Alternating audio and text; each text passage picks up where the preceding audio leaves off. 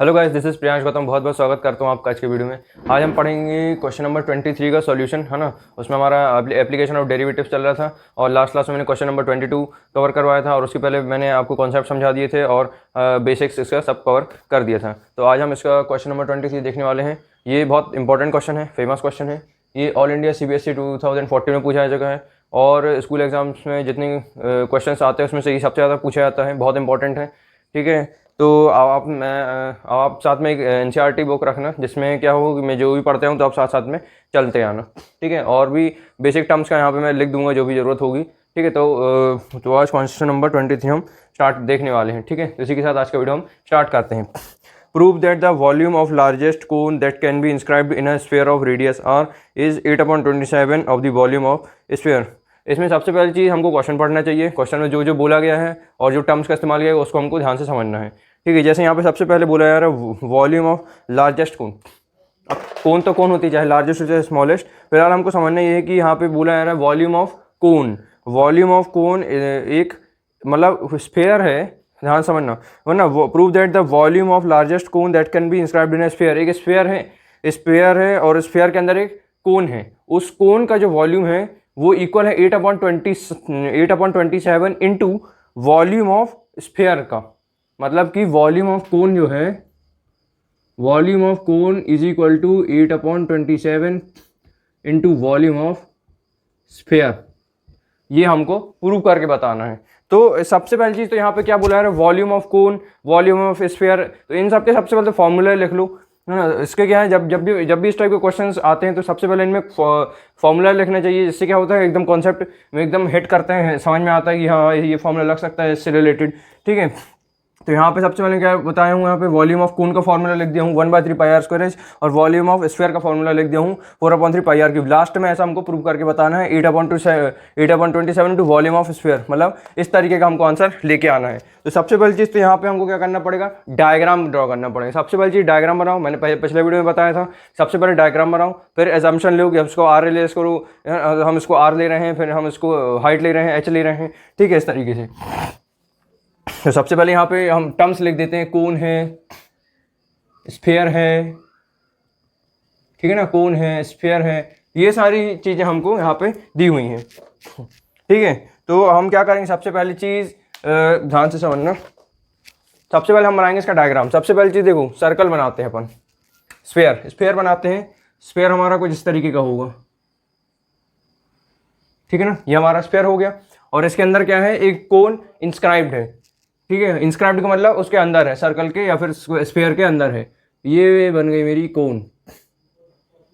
ये क्या बना दिया मैंने, कोन बना दिया। ये क्या है, हमारी ये कोन है। अब ठीक है, कोन का क्या क्या होता है पता है कुछ। कोन का देखो, यहाँ पे कोन का एक बेस होता है, इसको हम सर्कल भी बोलते हैं। कोन की हाइट भी होती है। तो ये सब बेसिक टर्म्स हमको पता होना बहुत ज़रूरी है।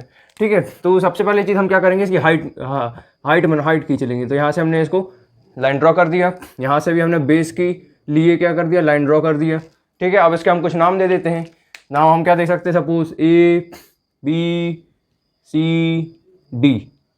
ठीक है ना, मैंने क्या नाम दे दिया, ABCD। सपोज मैंने नाम दे दिया इन सबके। ठीक है, और इसके बाद मान लो ये सर्कल था, स्फीयर है, स्फीयर का कुछ ना कुछ सेंटर होगा। उस सेंटर को मैंने क्या बोल दिया, सपोज लेट्स से ओ मैंने इसका सेंटर ले लिया सर्कल का। ठीक है, तो सॉरी स्फीयर का। और तो मैं क्या करूँगा, ये OB को मैं यहाँ से ज्वाइन कर दूंगा। ठीक है, OB को मैं ज्वाइन कर दूंगा यहाँ पे। ठीक है, तो बहुत इजीली ये सॉल्व होगा। तो सबसे पहले हमने क्या किया, और क्या किया, सर्कल बनाया, सर्कल स्फीयर बनाया, स्फीयर के अंदर क्या रख दिया, कोन रख दिया। अब बेसिकली यहाँ पे जो चीज़ दी गई हैं, क्या बोलते हैं, हाइट और ये बेस और ये रेडियस, यहाँ पे हमको कुछ ना कुछ इसको एज्यूम करना पड़ेगा।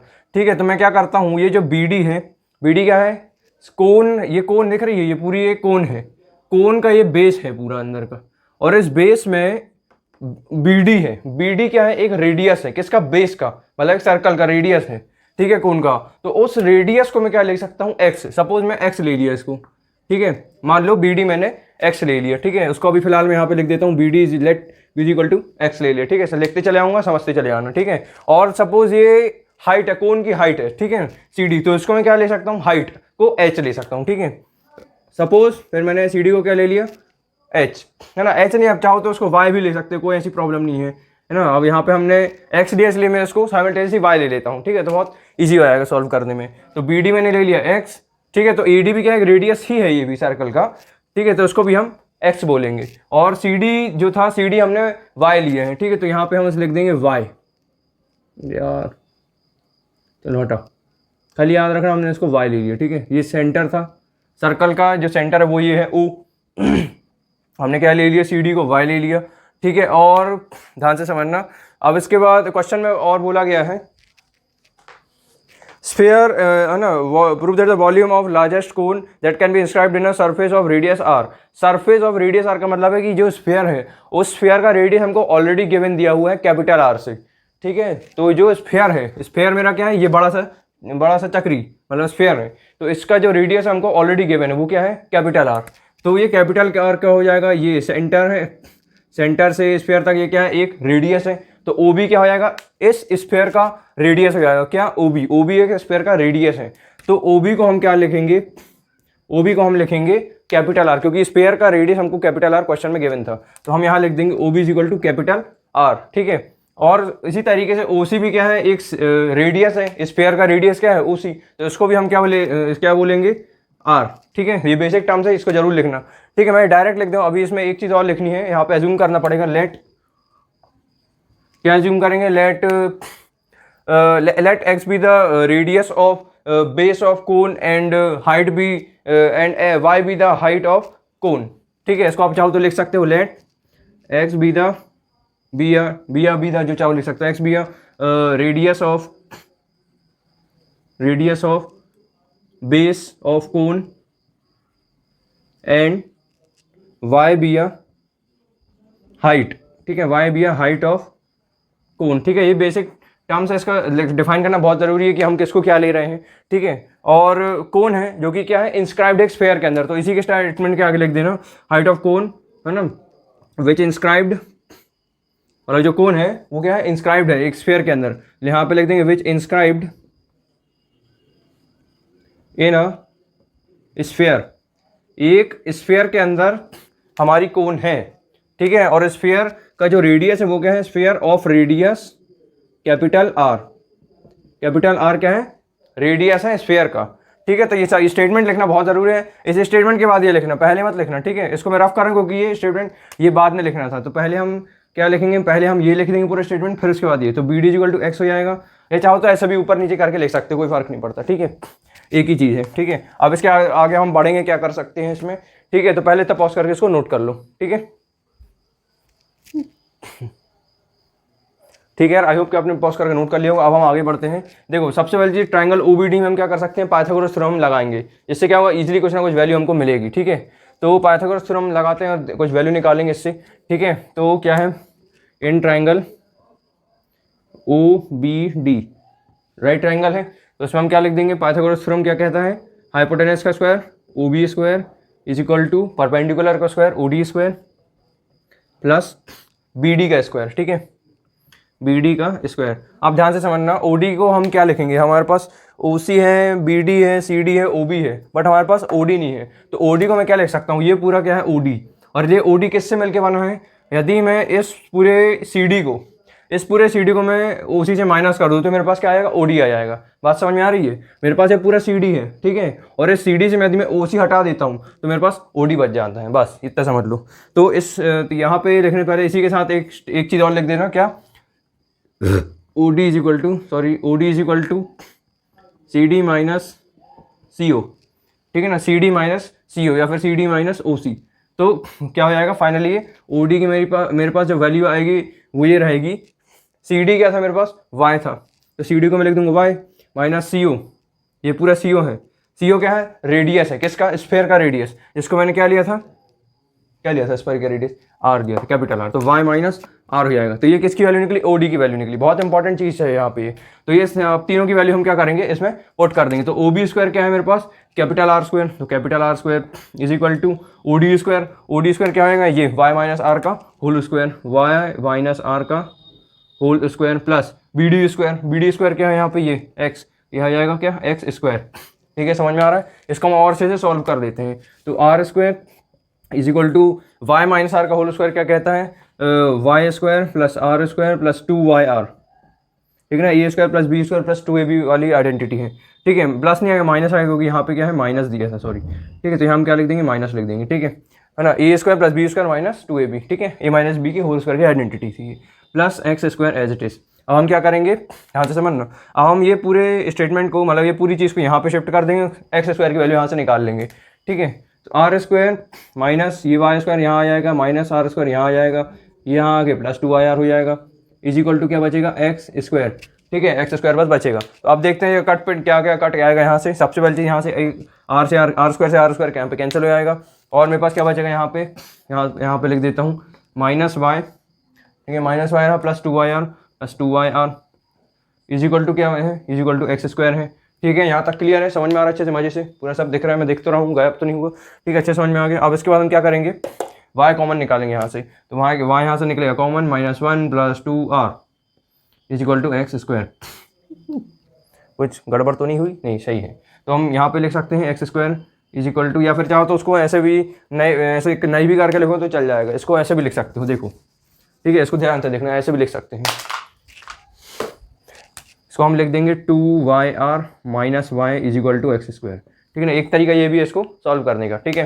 तो इसी के साथ मैंने एक्स स्क्वायर की वैल्यू निकाला हूँ। अब इस एक्स स्क्वायर की वैल्यू में क्यों निकाला हूँ, सबसे बड़ा क्वेश्चन आता है। यहाँ तक क्लियर हो गया, एक्स स्क्वायर की वैल्यू मैंने निकाल ली, पाइथागोरस थ्योरम लगाया और ट्रायंगल OBD में यहाँ तक पूरी वैल्यू निकाल ली, ठीक है। यहाँ तक तो समझ में आ गया अपन को। अब बताना ये है, सबसे पहली चीज़ वॉल्यूम ऑफ कोन बोला गया है क्वेश्चन में। तो वॉल्यूम ऑफ कोन क्या होता है, वॉल्यूम ऑफ कोन ये होता है 1/3 πr²h, 1/3 πr²h। आर क्या होता है, रेडियस, कोन का जो रेडियस होता है वो उसको बोलते हैं आर। तो आर मैंने यहाँ पे क्या एज्यूम किया था, एक्स, मतलब रेडियस एक्स एज्यूम किया था, तो 1/3 πx² आ जाएगा, आर स्क्वायर किया गया, ठीक है। आर उसकी रेडियस थी, मैंने एक्स ले लिया था रेडियस, तो एक्स स्क्वायर आ गया, ठीक है। और एच भी होता है 1/3 πr²h। तो एच यहाँ पे क्या मैंने ले लिया था, वाई ले लिया था, ठीक है ना, वाई ले लिया था, जिसको मैं बोलूँगा 1/3 πx² वाई, ठीक है। यहाँ तक क्लियर हो गया, पूरी मैंने वैल्यू बता दी कैसे कैसे ये आया है। अब ये एक्स स्क्वायर की वैल्यू मैं इसलिए निकाला क्योंकि इस स्टेटमेंट में मैं पुट कर सकूँ, ठीक है। इसका मैं और अच्छे से बताऊँ, बट पहले तब पॉज करके नोट कर लूँ।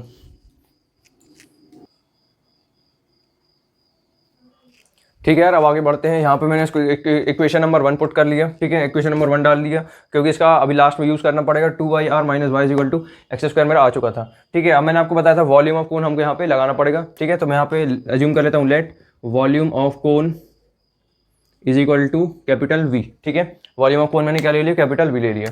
तो V इज इक्वल टू क्या जानता हूँ, वॉल्यूम ऑफ कोन क्या होता है, 1/3 πx² y, जैसे मैंने आपको बता दिया था, 1/3 πx² y, ठीक है। अब R स्क्वायर H 1/3 πr²h, आप समझ रहे होंगे कि एक्स वाई क्यों ले लिया, क्योंकि मैंने जो कोन का जो रेडियस, कोन का जो बेस है, उस बेस का रेडियस मैंने x लिया था, और जो हाइट है कोन की उसको मैंने y ले लिया था। तो बस इसलिए यहाँ पे वैल्यू पुट हो गई है, ठीक है। अब इसके बाद क्या करेंगे, इस एक्स स्क्वायर की वैल्यू डायरेक्ट यहाँ पे पुट कर देंगे। तो मेरे को V इज इक्वल टू मिलेगा 1/3 पाई, और आर एक्स स्क्वायर की आ जाएगी ये पूरी वैल्यू, ठीक है। तो मैं लिख दूंगा 2YR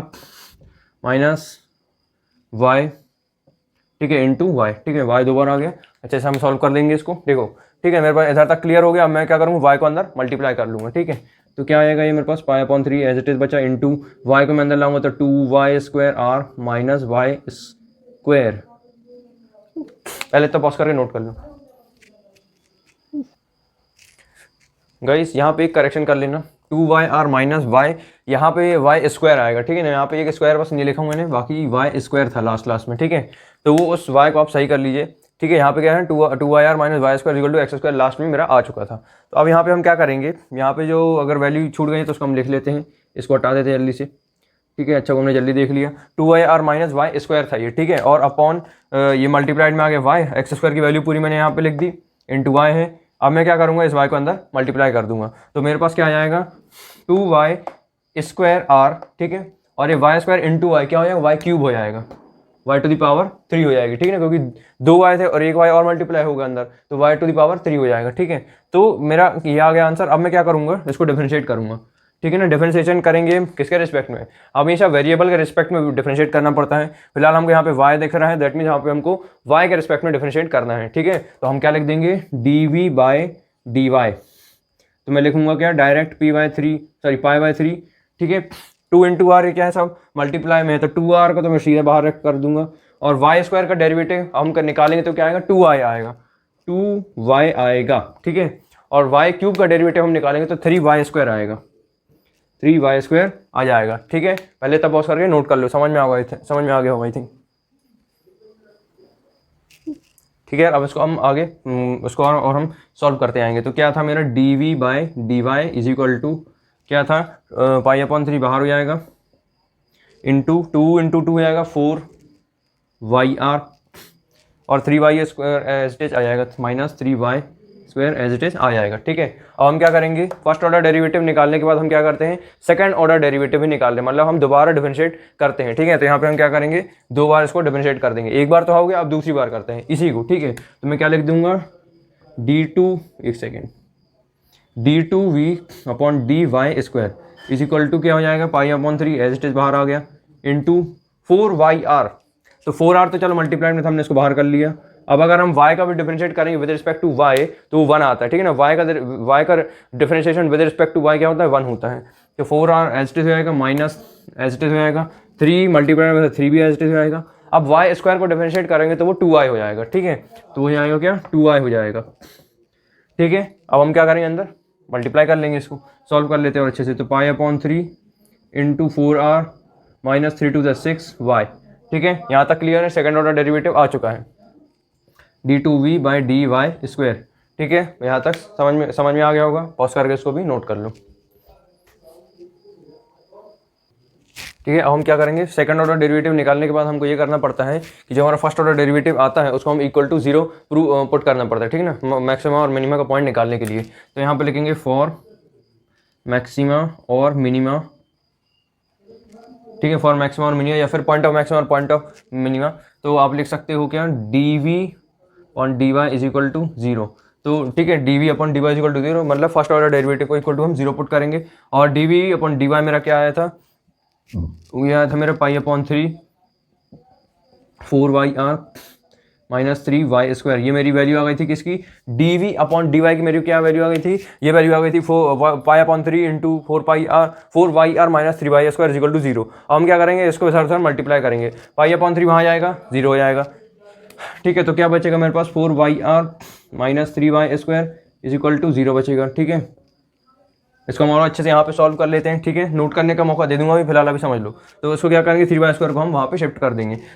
तो ये हो जाएगा 4yr is equal to 3y², एक y से एक y कैंसिल, तो मेरे पास क्या आ गया, 4r is equal to 3y, ठीक है।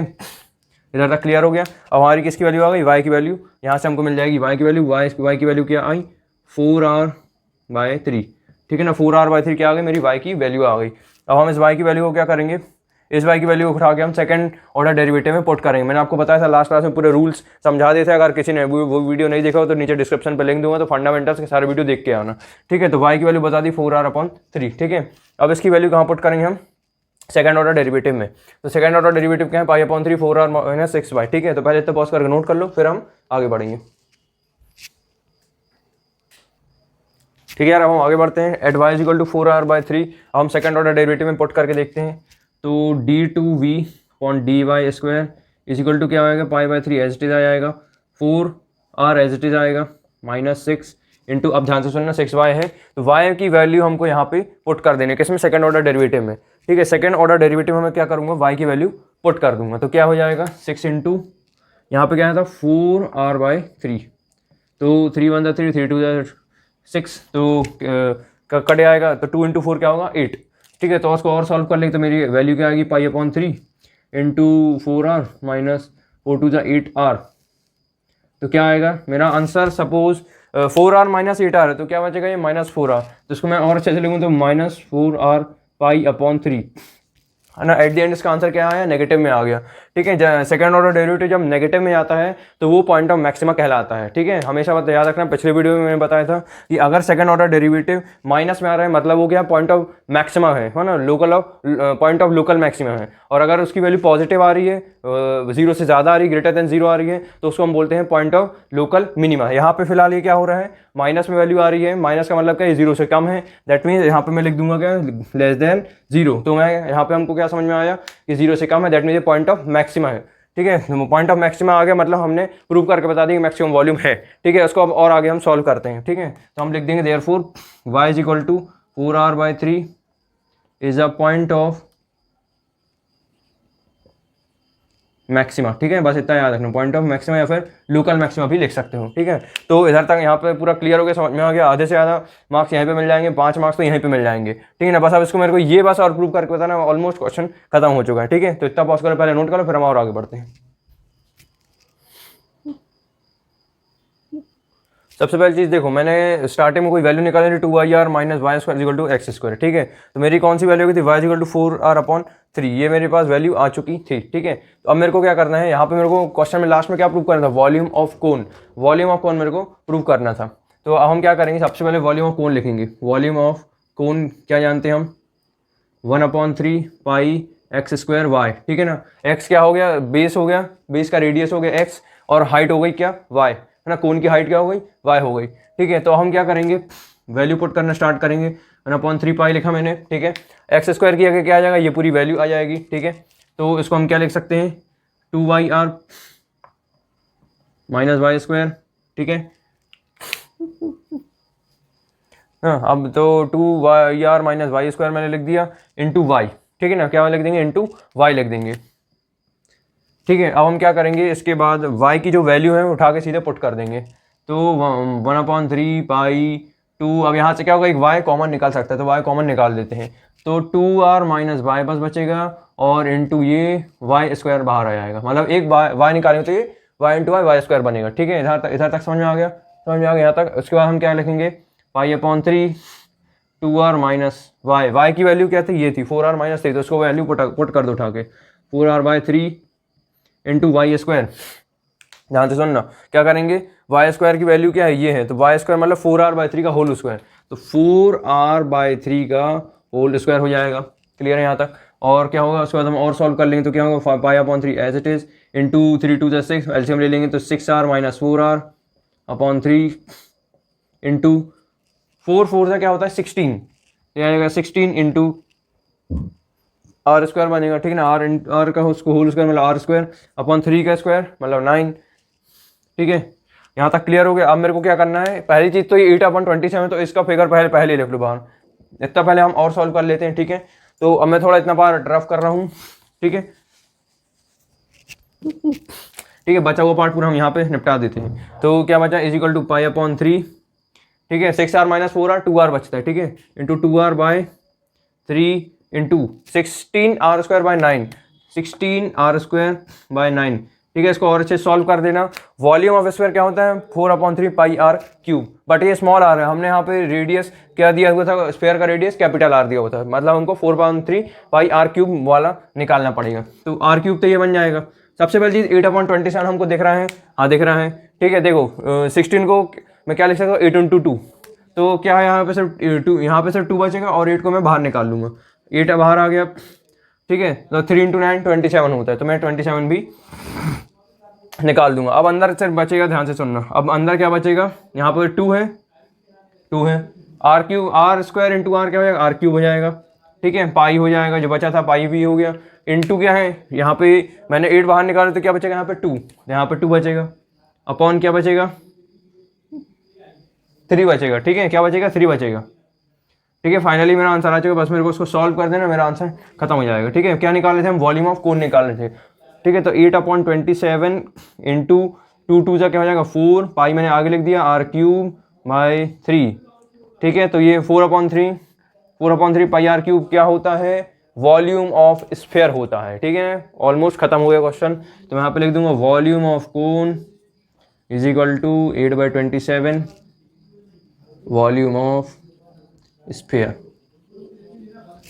समझ में आ गया यहाँ तक, ठीक है। पॉज करके नोट कर लो, समझ में आ गया होगा आई थिंक।